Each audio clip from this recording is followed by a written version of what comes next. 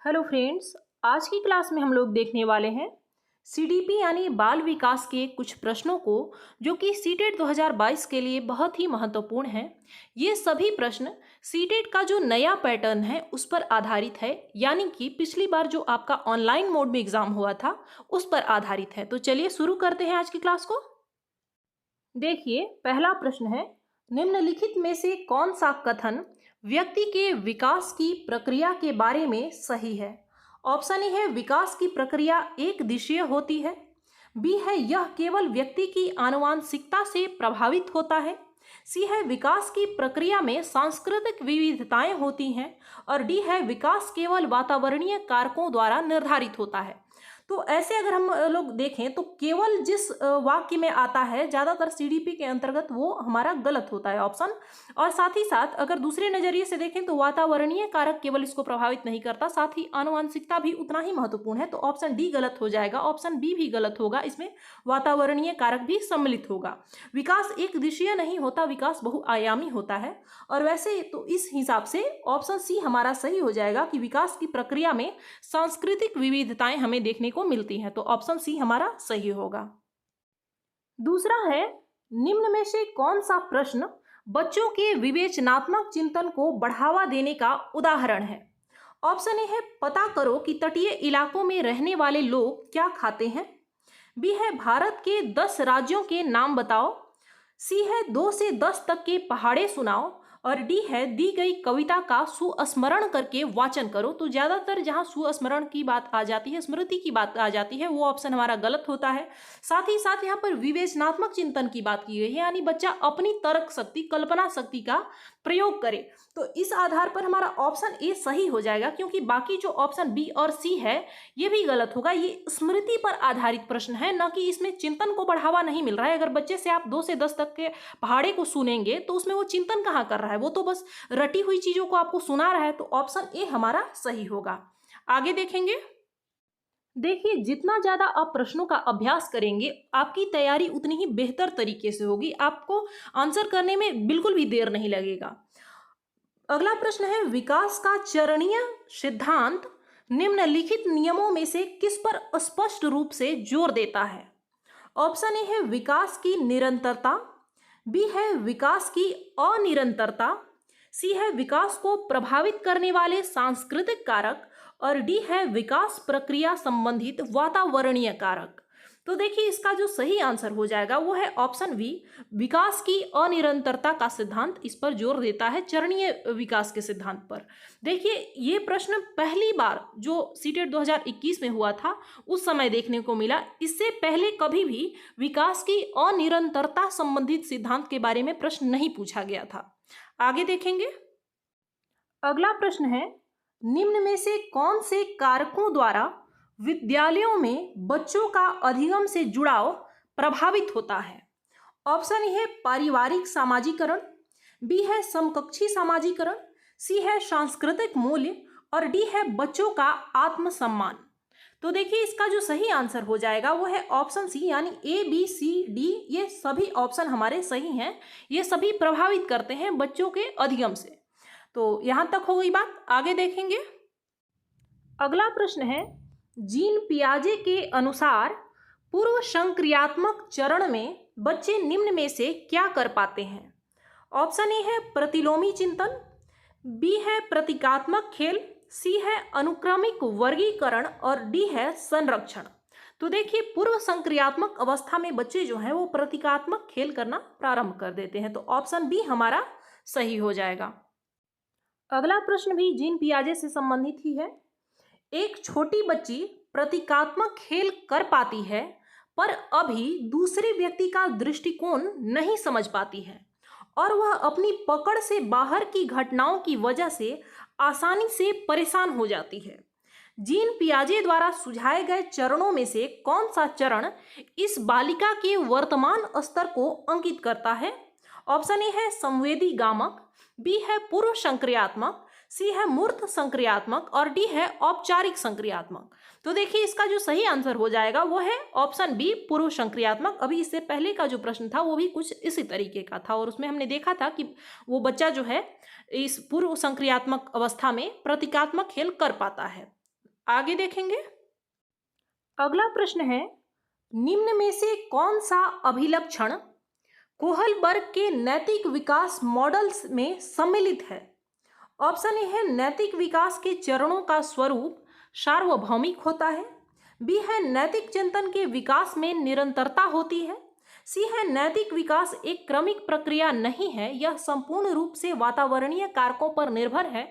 और डी है नैतिक विकास मुख्यतः सांस्कृतिक मूल्यों पर निर्भर है।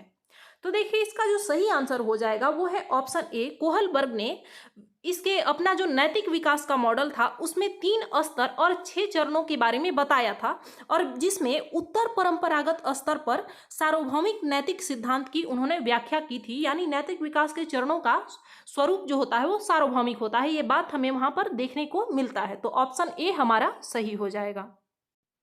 अगला है, लेव वाइगोत्स्की के अनुसार निम्न में से किसके लिए समीपस्थ विकास क्षेत्र का इस्तेमाल करना चाहिए?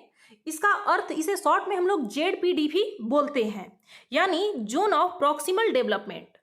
ऑप्शन ए है अध्यापन और मूल्यांकन के लिए। बी है केवल अध्यापन के लिए। सी है केवल मूल्यांकन। और डी है प्रभावी बौद्धिकता की पहचान के लिए।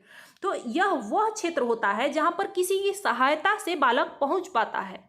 तो इसका जो सही आंसर हो जाएगा वो है ऑप्शन ए, अध्यापन और मूल्यांकन के लिए इसका इस्तेमाल करना चाहिए। आगे देखेंगे। अगला प्रश्न है, एक विशिष्ट संप्रत्यय को पढ़ाने हेतु एक अध्यापिका बच्चे को आधा हल किया हुआ उदाहरण देती है। लेव वाइगोत्स्की के अनुसार अध्यापिका किस रणनीति का इस्तेमाल कर रही है? ऑप्शन ए है अवलोकन अधिगम। बी है पाढ़। सी है द्वंद्वात्मक अधिगम। और डी है अनुकूलन। तो देखिए इसका जो सही आंसर हो जाएगा वो है ऑप्शन बी, पाढ़, यानी इसे इंग्लिश में स्कैफोल्डिंग भी कहते हैं। देखिए जो जेडपीडी है हमारा, जो कि विकास का दायरा है, संभावित विकास का दायरा है, वहां तक पहुंचने के लिए जब बच्चे को कोई बाहरी सहायता मिलता है तो उसे हम लोग पाढ़ या स्कैफोल्डिंग कहते हैं। तो यहाँ पर अध्यापिका क्या कर रही है कि वो सहायता कर रही है, आधा सॉल्व करके बच्चे को दे रही है उदाहरण, ताकि वो पूरा कर पाए। तो इस तरीके से उन्होंने स्कैफोल्डिंग का प्रयोग किया। आगे देखेंगे। अगला है, निम्नलिखित में से कौन सी अभिवृत्ति एक प्रगतिशील कक्षीय माहौल के अनुसार है? ध्यान दीजिएगा, बात की जा रही है कक्षीय माहौल की। ऑप्शन ए है निर्णय निर्धारण में बच्चों की सहभागिता। बी है भयमुक्त अधिगम वातावरण की संरचना। सी है विद्यार्थियों की व्यक्तिगत भिन्नताओं का ध्यान रखना। और डी है अध्यापक द्वारा बाह्य अनुशासन कायम करना।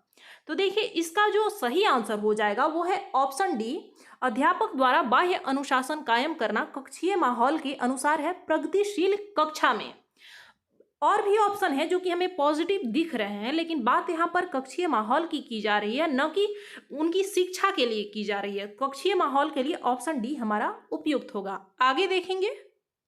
अगला है, यह महत्वपूर्ण है कि कोई अध्यापक बच्चों को बुद्धिलब्धि के आधार पर स्थिर समूहों में पृथक ना करे, क्योंकि ऑप्शन ए है यह अध्यापक के लिए असुविधाजनक है। बी है यह विद्यालयों के लिए असुविधाजनक है। सी है यह बच्चों को एक दूसरे के साथ अंतः सामूहिक प्रतिस्पर्धा नहीं करने देता है। और डी है बुद्धिलब्धि की संकल्पना अस्थायी नहीं है और यह बच्चों को चिन्हित करने के लिए जिम्मेदार हो सकती है। तो देखिए इसका जो सही आंसर हो जाएगा वो है ऑप्शन डी, बुद्धिलब्धि की जो संकल्पना है ये अस्थायी नहीं होता है, यह परिवर्तनशील है।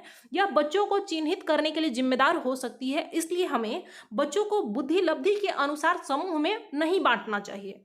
यह ऑप्शन डी हमारा सही हो जाएगा। साथ ही सुविधा असुविधा की बात यहाँ पर नहीं देखी जाती है, देखा जाता है कि बच्चे के लिए क्या सही है। आगे देखेंगे। अगला है, हावर्ड गार्डनर के सिद्धांत के अनुसार एक कक्षा में तरह तरह की अध्यापन रणनीतियों का इस्तेमाल होना जरूरी है, क्योंकि ऑप्शन ए है यह बहुबौद्धिकता को निष्पादित करने में मददगार है। बी है यह सामान्य बौद्धिकता को बढ़ाने में मददगार है। सी है यह तारक विद्यार्थी बनाने में मददगार है। और डी है यह व्यवहारिक बौद्धिकता के बढ़ाने में मददगार है। तो देखिए इसका जो सही आंसर हो जाएगा वो है ऑप्शन ए। हार्वर्ड गार्डनर ने बहु बौद्धिकता के सिद्धांत की प्रस्तुति की थी और इन्होंने यह सिद्धांत दिया था और साथ ही बताया था कि कक्षा में पढ़ाने के लिए, अध्यापन के लिए अलग अलग रणनीतियों का इस्तेमाल होना चाहिए और यह जो कार्यक्रम है यह बहुबौद्धिकता को निष्पादित करने में मददगार है और सहायक है। आगे देखेंगे। अगला प्रश्न है, पुरुष सामान्यतः दिमाग से सोचते हैं और महिलाएं अपने हृदय से सोचती हैं। यह कथन क्या दर्शाता है? ऑप्शन ए है लैंगिक विभेदीकरण, बी है लैंगिक रूढ़िवाद, सी है दोनों लिंगों के बीच आनुवांशिक भेद और डी है लैंगिक स्थिरता। तो देखिए इसमें बहुत ज़्यादा लोगों को कन्फ्यूज़न होता है। ऑप्शन ए है लैंगिक विभेदीकरण। लैंगिक विभेदीकरण का मतलब है कि अगर हम लिंग के आधार पर भेदभाव कर रहे हैं तो वहाँ पर लैंगिक विभेदीकरण इसका आंसर होगा। लेकिन यहाँ पर कथन दिया गया है कि मान लिया गया है कि पुरुष जो है वो सामान्यतः दिमाग से सोचते हैं और महिलाएं अपने हृदय से सोचती हैं। तो इसका आंसर होगा ऑप्शन बी लैंगिक रूढ़िवाद, यानी बिना सोचे समझे जो बिल्कुल निराधार है उन चीज़ों को बस मान्यता दे देना रूढ़िवाद कहलाता है। तो ऑप्शन बी हमारा सही हो जाएगा। अगला प्रश्न है, एक प्रगतिशील कक्षा में निम्न में से कौन सी मूल्यांकन विधि का उपयोग नहीं होता है? ऑप्शन ए है अध्यापकों द्वारा मननशील जर्नल का इस्तेमाल, बी है स्वमूल्यांकन एवं समकक्षी मूल्यांकन, सी है केवल मानक निर्देशित मूल्यांकन पर आश्रय और डी है विद्यार्थियों के पोर्टफोलियो तैयार करना। बात की जा रही है एक प्रगतिशील कक्षा के बारे में, तो वहाँ पर अध्यापकों द्वारा मननशील जर्नल्स का किताबों का होना आवश्यक है। स्वमूल्यांकन और समकक्षी मूल्यांकन भी उपयोगी है। साथ ही हम कह सकते हैं कि विद्यार्थियों के लिए जो पोर्टफोलियो तैयार करना होता है यह भी सही है, लेकिन केवल मानक निर्देशित मूल्यांकन पर आश्रित होना यह ऑप्शन हमारा गलत है। तो इस तरीके से ऑप्शन सी हमारा सही आंसर हो जाएगा। आगे देखेंगे। अगला और अंतिम प्रश्न है, एक समावेशी संस्था में एक श्रव्य बाधित विद्यार्थी की शिक्षा हेतु निम्न में से कौन सी रणनीति प्रभावी नहीं होगी? ऑप्शन ए है वीडियो चलचित्रों के प्रदर्शन में उपशीर्षकों का इस्तेमाल, बी है पढ़ाते हुए अभिव्यक्तिक शारीरिक गतिविधियों और संकेतों का इस्तेमाल, सी है मौखिक संप्रेषण के साथ साथ शाब्दिक चित्रित संप्रेषण का इस्तेमाल और डी है संप्रेषण हेतु मुख्यतः मौखिक माध्यमों पर ही आश्रित रहना। इसमें बात की जा रही है श्रव्य बाधित विद्यार्थी की जो कि सुन नहीं सकता है, उसके शिक्षा में कौन सी जो तरीका, कौन सी रणनीति यानी कौन सा तरीका जो है वो प्रभावी नहीं होगा। तो ऑप्शन डी इसका सही आंसर हो जाएगा, क्योंकि जब हम जो श्रव्य बाधित छात्र हैं उसके लिए किसी वीडियो का प्रयोग करते हैं पढ़ाने के लिए तो वो उसके लिए सही है, वो उसे देख कर भी समझ सकता है क्योंकि उसे प्रॉब्लम सुनने में है न कि देखने में। साथ ही अगर हम लोग शारीरिक गतिविधि के द्वारा भी उसे बता रहे हैं तो वो समझ जाएगा, लेकिन केवल अगर हम लोग मौखिक माध्यम का उपयोग करेंगे तो वो नहीं समझ पाएगा। तो ऑप्शन डी हमारा सही हो जाएगा। तो आज के लिए बस इतना ही, मिलते हैं अगली क्लास में। धन्यवाद।